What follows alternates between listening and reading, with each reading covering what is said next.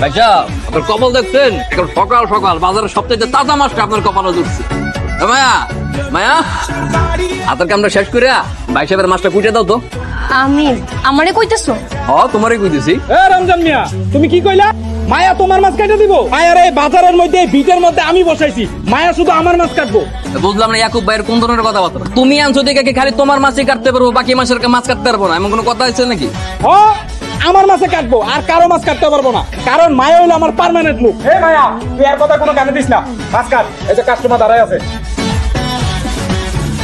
কি ব্যাপার ভাই, মাছের ভিতর থেকে মার্বেল বেরিয়েছে কে? কই মাছটা খাবার মনে করে মার্বেল আর পাথর খেয়ে ফেলাইছে, আর এই মাছ একটু মার্বেল পাথর বেশি খায়, তো এগুলো পরবর্তী সময়ে হজম হয় না, ওই মাছ কাটলে পেটের থেকে বাইরে হয় আর কি। মানুষের আর কয় কাল নরসু বানাবা?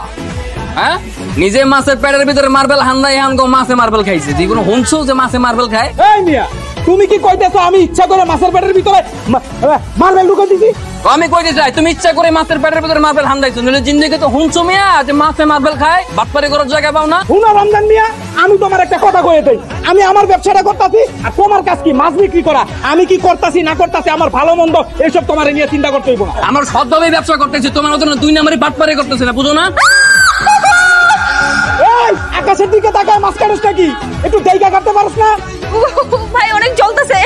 আরে ঠিক হয়ে যাবো, দুই চার পরে রক্ত বাড়িলে এমনি ভালো হয়ে যাবো, তাড়াতাড়ি মাছ কাট।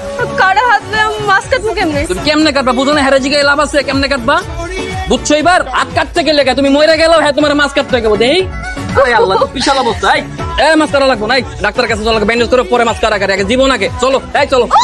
এ রমজান মিয়া, তুমি পাইছো ওটা কি কত আমারে? একটু কাটলে কি ডাক্তারের কাছে যাওয়া লাগে, ফার্মেসিতে যাওয়া লাগে? একটা মাইয়ার হাত কাটতে গেছে, তুমি মেয়ে নখনামি করো, তোমার ব্যবসা দেখা ওই জায়গায় না, বাটপারি করার জায়গা পাও না। এই চলো, এই মেয়ে চলো, উঠো।